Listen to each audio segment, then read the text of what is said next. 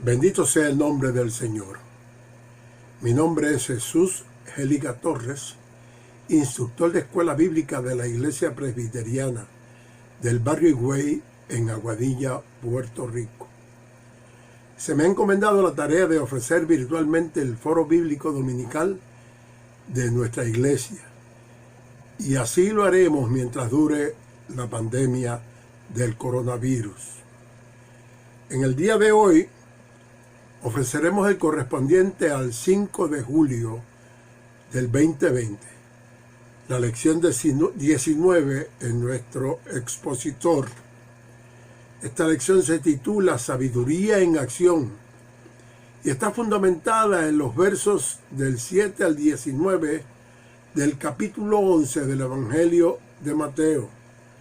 Mateo 11 del 7 al 19. Y en el nombre del Padre, del Hijo, y con la unción del Espíritu Santo, procedemos a leer esos versos.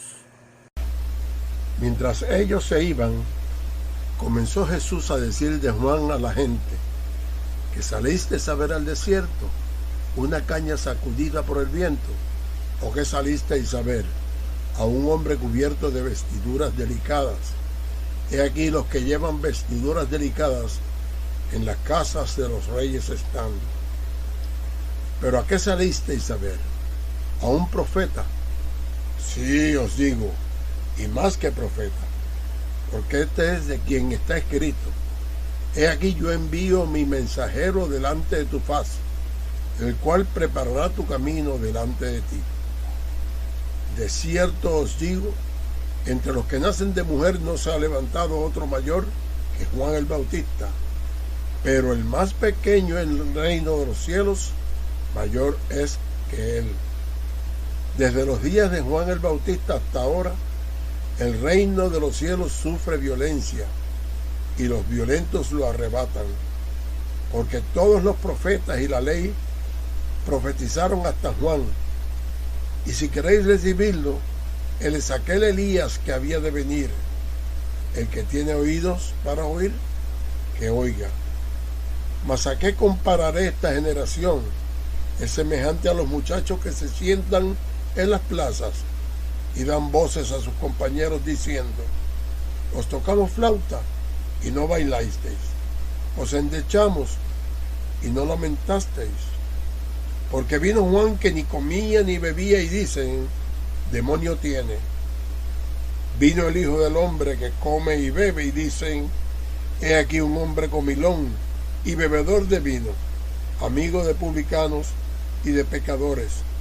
Pero la sabiduría es justificada por sus hijos. Que el Señor continúe bendiciendo su palabra. En medio de la pandemia del coronavirus e iniciando el mes de julio, comenzamos una nueva unidad en nuestro estudio sobre la sabiduría.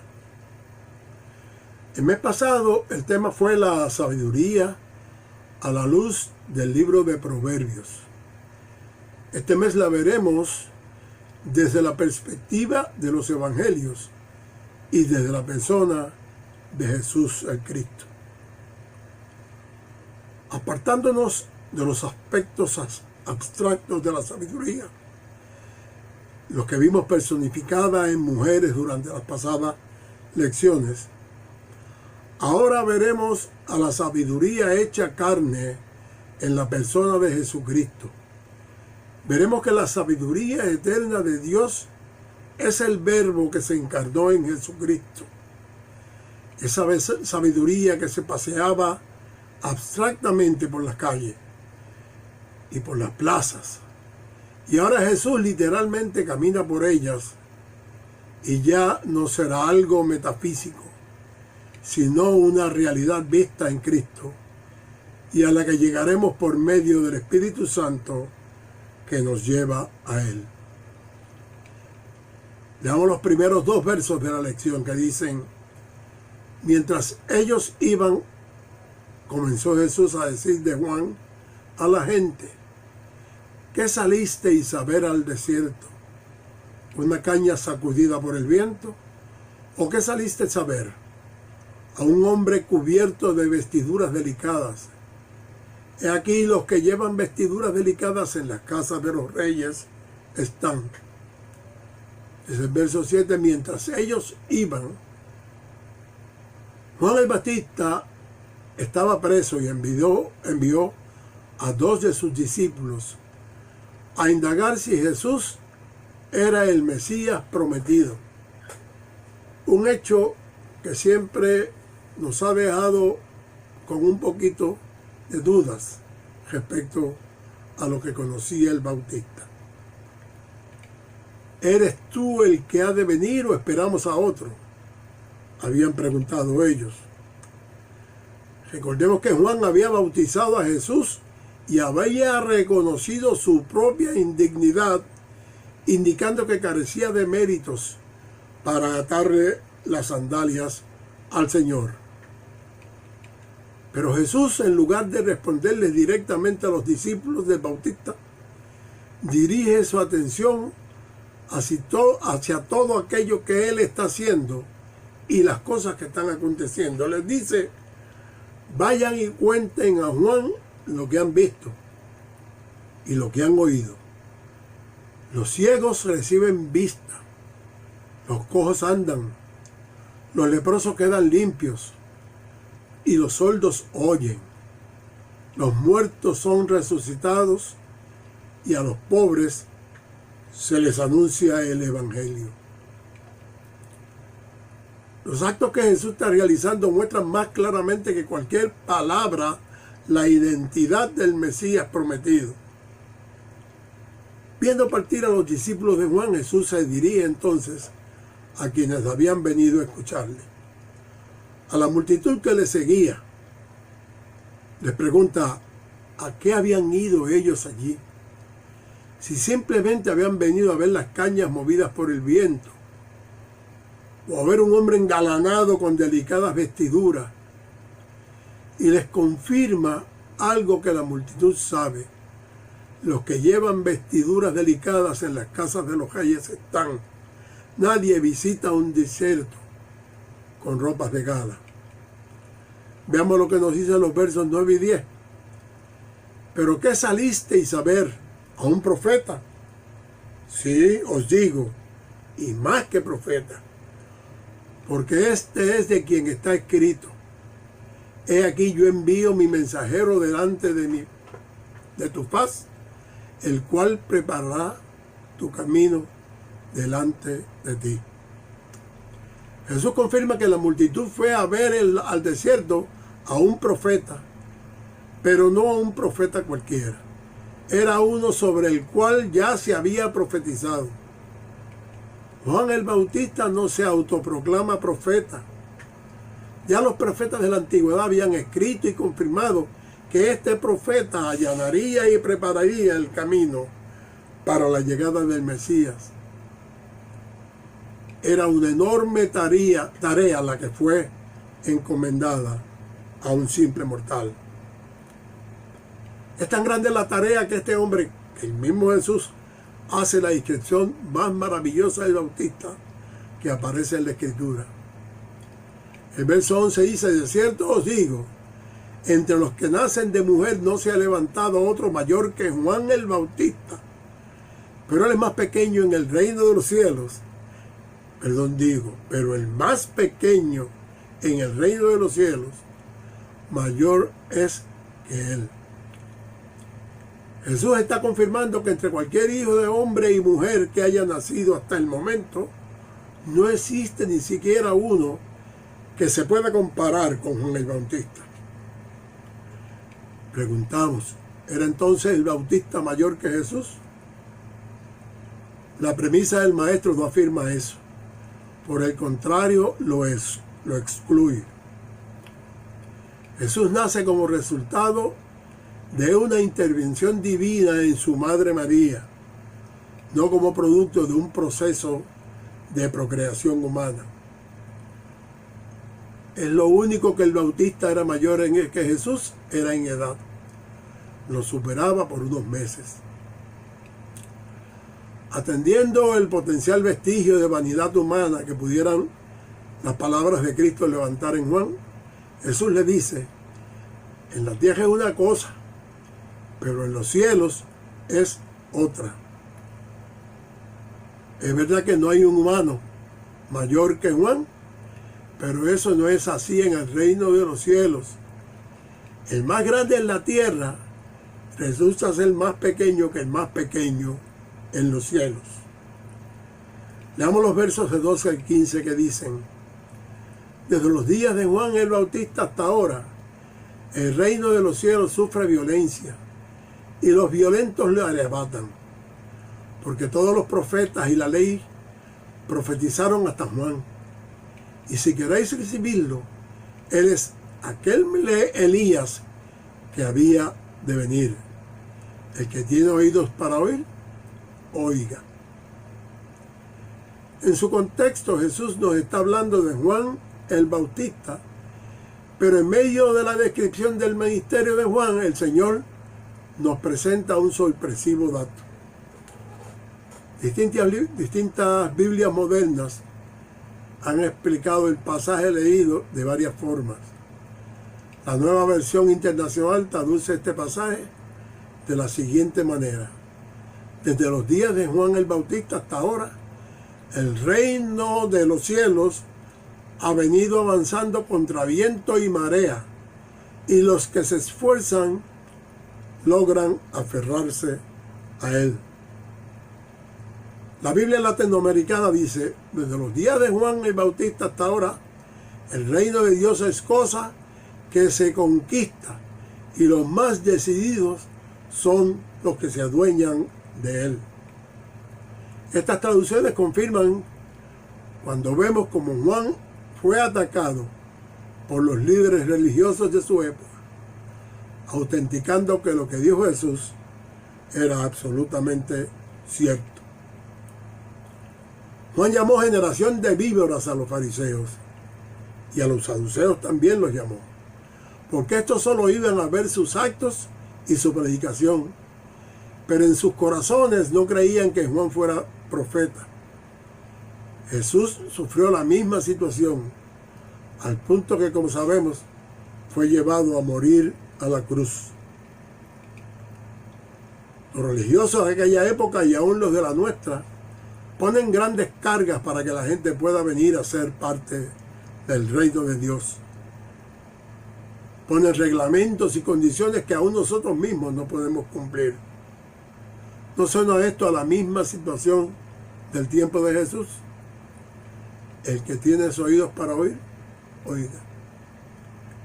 El Señor claramente nos ordena que entendamos el destino último del ser humano y el universo, que comprendamos el estudio de los tiempos del fin.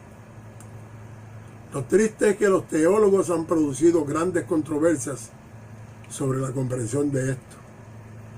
Pero eso no es excusa para que no hagamos el esfuerzo, ya que el Señor no le requeriría a usted que entienda sin que Él le haya otorgado la capacidad para entender.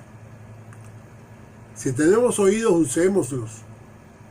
El no hacer esto, dice Él, dará como resultado que nos equivoquemos, especialmente sobre todos estos eventos, y estemos lamentablemente desprevenidos para su retorno. Y por desgracia, así es que muchos estamos. Los versos 16 y 17 dicen: ¿mas a qué compararé esta generación? Es semejante a los muchachos que se sientan en las plazas y dan voces a sus compañeros diciendo: os tocamos flauta y no bailasteis, os endechamos y no lamentasteis. Estamos cantando a los muertos. La iglesia ha estado hablando, predicando, gritando a una generación que no le escucha ni le cree. Hemos predicado a los nuestros, a los vecinos, a los pasantes, a los desconocidos, pero no nos creen. En nuestra amada isla actualmente han ocurrido eventos que debían haber sido motivo para que la gente, para que las iglesias estuvieran motivadas a moverse y estar abarrotadas de gente. Hemos sido víctimas de un huracán de fuerza mayor. Hemos sufrido corrupción gubernamental de enormes dimensiones. Tenemos un país terriblemente dividido políticamente. Sufrimos un terremoto destructor. Estamos atravesando la pandemia más terrible en la historia de la humanidad. Y aún con estas cosas, el pueblo solo se acerca al templo por las ayudas temporeras que podemos ofrecerle. Pero a muy pocos le apetecen las ayudas que conducen a la vida eterna. La iglesia ha cantado y ha predicado para que los muertos en el pecado reciban la vida de Dios al desechar el pecado en sus corazones. La mayoría toma los alimentos, las ayudas económicas y se olvida de recibir por fe la gracia de la salvación. No bailan ni lloran, perdiendo el precioso regalo de nuestro Señor Jesucristo. Leamos los versos finales, el 18 y el 19. Porque vino Juan, que ni comía ni bebía, y dicen, demonio tiene. Vino el Hijo del Hombre, que come y bebe, y dicen, he aquí un hombre comilón y bebedor de vino, amigo de publicanos y de pecadores, pero la sabiduría es justificada por tus hijos. Juan andaba andrajoso por el desierto, vestido de pieles, comiendo insectos y miel, y quienes le criticaban decían que estaba endemoniado. Ahora Jesús, Hijo del Hombre, sigue una ruta distinta, comiendo y bebiendo para acercarse a la gente, y le critican por comilón y bebedor. Jesús se acerca a pecadores, rameras, publicanos, y recibe críticas mayores. A uno lo critican por austero y al otro por alegre. Aunque Jesús no le dice directamente, lo que implica es que no quieren escuchar ni a Juan ni a Jesús, y que por tanto critican al primero por una cosa y al segundo por todo lo opuesto. Palos y boga, y palos y no boga. Pero la sabiduría es justificada por sus hijos. Dice el verso 19. Le interpretamos diciendo, pero la sabiduría queda demostrada por sus hechos. Muchos vieron a Jesús que comía, bebía vino y se juntaba con los impíos. Y hasta su propia familia terrenal llegó a tildarlo de loco. Pero no vieron su sabiduría, contraria a la humana, que solo puede ser entendida por la gracia y revelación de su Espíritu Santo.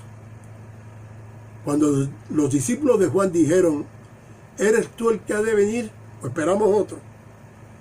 Jesús no argumentó, no se puso a discutir con ellos. Con su acción usó una frase parecida a los abogados y fiscales modernos. Me remito a los hechos. Vayan y cuenten a Juan lo que han visto y oído. Los ciegos reciben la vista, los cojos andan, los leprosos quedan limpios, y los sordos oyen, y los muertos son resucitados, y a los pobres se les anuncia el Evangelio. Y yo parafraseo diciendo, quien tenga oídos, oiga.